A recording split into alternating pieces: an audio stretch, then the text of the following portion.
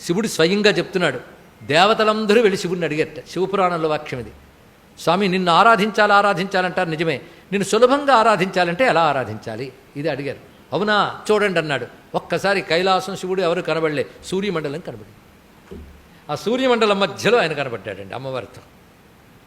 ఇలా సూర్యమండలంలో ఉన్నవరి ధ్యానిస్తారో వాళ్ళని నేను అనుగ్రహిస్తానని చెప్పాడు ఇక్కడ.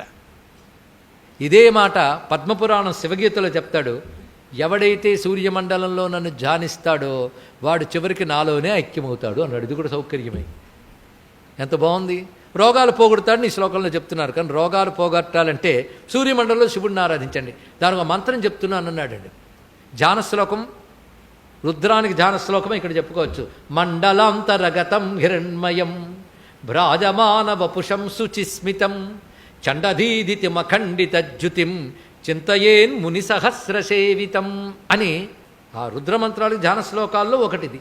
మండలాంతరగతం, మండలం లోపలున్నాడు. హిరణ్మయం, బంగారు స్వరూపుతున్నాడు.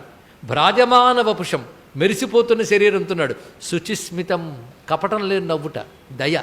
శుచిస్మితం చండదీధితం, మహాకాంతున్నది. అఖండిత జ్యుతిం, ఆ కాంతి అఖండ కాంతి. అలాంటి వాడిని వేల కొలది మునులు సేవిస్తున్నారు. ఇలా ధ్యానించమన్నారు. ధ్యాన శ్లోకం చెప్పాం కదా.